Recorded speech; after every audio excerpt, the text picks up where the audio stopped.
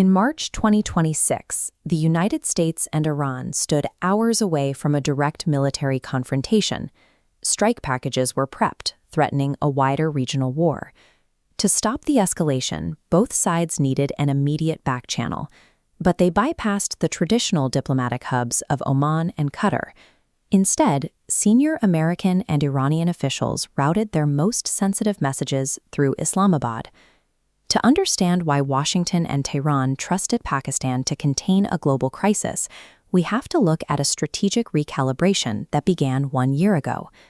In May 2025, a high-intensity conflict with India, Operation Sindoor, shifted regional perceptions.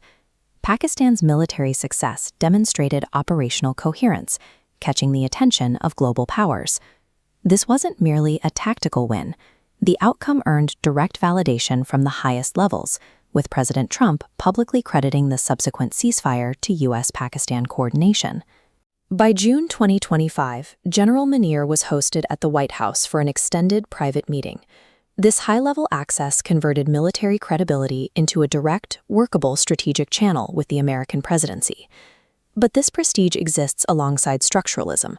A state's options are dictated by systemic dependencies. Pakistan remains tied to billions in IMF obligations, Chinese loans, and Gulf energy. Diplomatic access doesn't generate the hard currency required to service these entrenched debts. Islamabad is currently caught in a structural paradox. The challenge for the leadership is to convert this newfound geopolitical leverage into a mechanism for financial survival. General Asim Munir has responded to this paradox with a doctrinal shift. He is steering the state away from pure security concerns toward geoeconomics, prioritizing the country's resource base and trade potential as its primary instruments of power. To achieve this, Pakistan uses strategic hedging. This is a framework where a middle power manages its survival by avoiding a permanent alliance with any single rival, instead making its cooperation indispensable to all of them. For Pakistan, formal alignment is a risk. Siding with the U.S. risks its relationship with China and Iran, while a pivot to Tehran would jeopardize Saudi investment and its standing with the IMF. Pakistan executes its hedge toward Tehran by leveraging their shared 565-mile border and its own domestic Shia population, positioning itself as a credible, stabilizing neighbor that Iran cannot afford to alienate. Simultaneously, it maintains its hedge toward Washington and Riyadh by utilizing its deep defense cooperation with the Gulf and its nuclear capability to act as a regional security guarantor.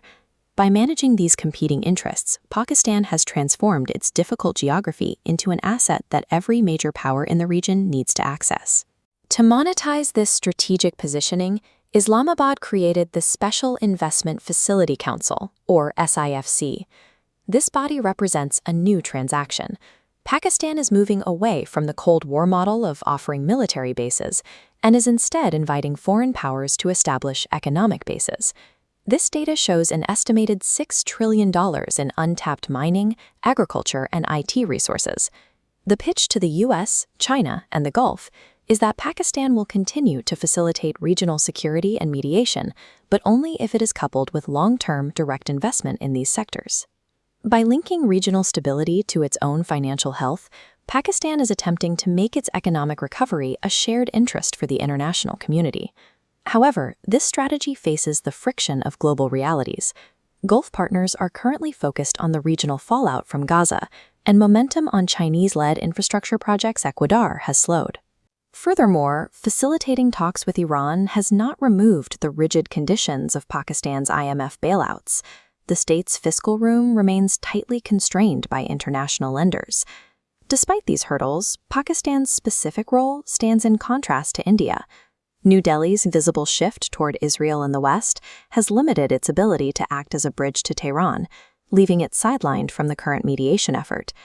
While Pakistan navigates its economic fragility, it remains the actor in the room shaping the diplomatic outcome, while its wealthier neighbor is restricted to the role of a spectator. In this crisis, Pakistan has moved toward the role of a regional interlocutor, a shift from decades of being primarily a consumer of international security aid. But the rule of a structuralist world is that influence is fleeting without money.